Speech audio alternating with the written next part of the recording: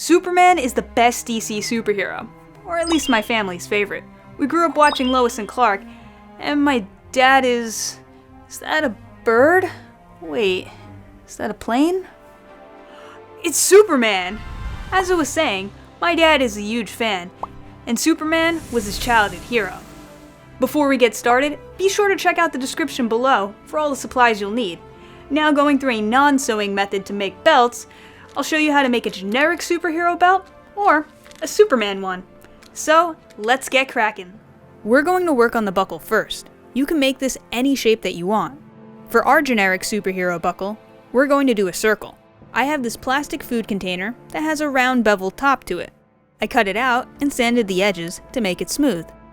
To make the buckle thicker, I used 6mm EVA foam that was sized to the plastic. I recommend using 4mm instead though, because I ended up having to sand it thinner for the snap fasteners. Using snap fasteners makes it easy to switch out the buckles and customize your superhero cosplay to whatever hero you need. Take a hole puncher and measure how thick your snap fastener is. Then, punch 2 holes in the foam circle. Like I said before, I had to then sand down the foam so that those snap fasteners could fit. Take your snap fastener tool and place the cap on it. Then, slip the foam circle through it. Take your socket and place it on top. With the other fastener tool, place it in the middle of the cap and socket. Hold down the socket and hammer the fastener tool.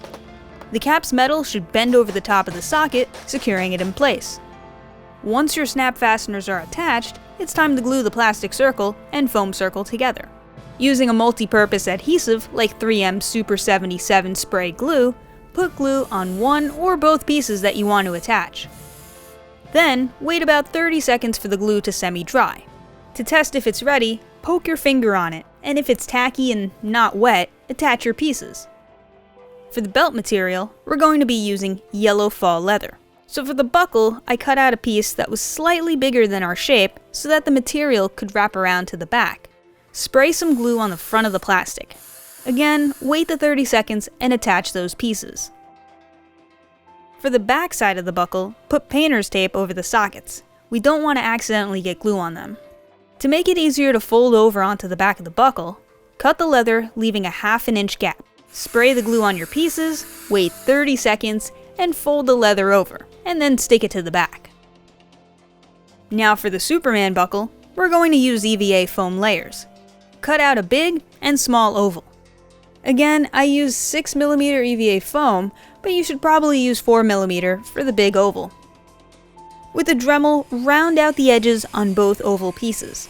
To do this, hold the Dremel at an angle along the edge. To give the smaller oval a bevel, sand down more of the foam towards the edge and gradually sand less and less as you go towards the middle. If you want to have multiple buckles, you'll need to line up the snap fasteners to make sure they'll all be in the same position for the belt. What I did was press down that big oval on the snap fasteners from my other buckle. Then I traced that indent. To line it up with my other piece, I sandwiched the big and small oval so that the ink outline would transfer to the small oval. Take a Dremel and sand out those holes so that the caps can fit snugly in them. Then, on the big oval, punch 2 holes in the center of your outlines. Apply the multi-purpose adhesive spray glue to the small oval, wait the 30 seconds until it's tacky, and then place the caps in the holes you made with the Dremel. Then attach the big oval to the small one. To secure the snap fasteners, place the socket on top. With the other snap fastener tool, place it in the middle hole. Hold the socket down and hammer it in. Like with the generic superhero belt buckle, use the spray glue to attach the yellow fall leather to it. And then, your buckles are all set. For the belt itself, we used a black leather strip with some yellow fall leather.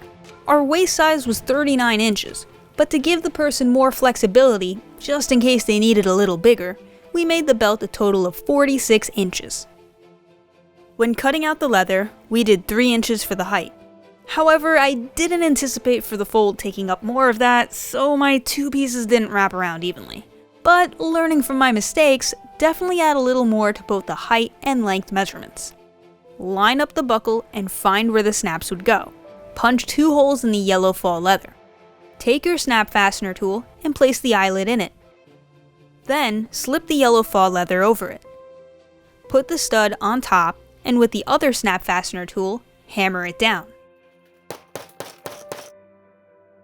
Then, using the multi-purpose adhesive spray glue, put glue on both the black leather strip and yellow leather. Wait 30 seconds for it to semi-dry, test if it's tacky, and then attach both pieces. Spray the back of the belt and repeat the process to fold over the yellow leather. For the excess at the ends of the belt, I folded it over and glued those down. Unlike mine, yours should come out even and you won't see the black leather strip. The ends of your belt should also be longer, so when you fold those over, they won't keep coming up like mine. If you're working on a Superman belt, you'll notice that there are red loops from the undergarment on his suit. Cut out 4 of these to attach to your belt. My pieces were 3 inches in length and 4 inches in height. Take some heat and bond iron-on adhesive and cut out a strip that fits the height of your red fabric strip. Make sure to put the paper side up. Once your iron is set to a medium temperature, place it on top for 2 seconds. Then, peel the paper off the strip and fold over both sides so that they're evenly on top of the iron-on.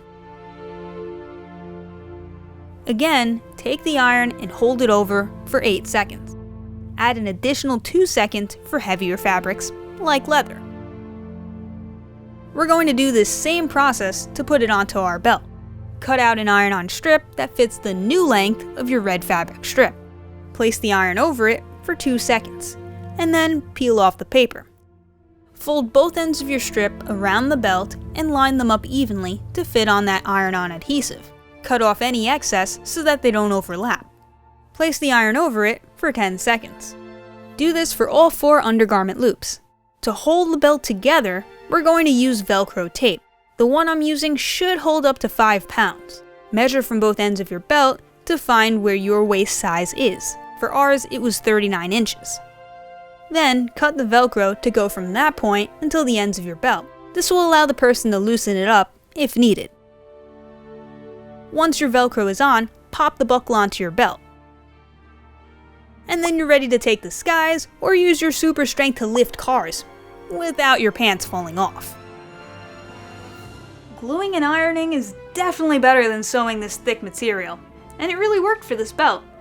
But if this helped with your cosplay, be sure to give us a like, and if you're looking for more cosplay how-tos or to learn something entirely different, be sure to check out our how-to hub and subscribe. Your next project might be right here.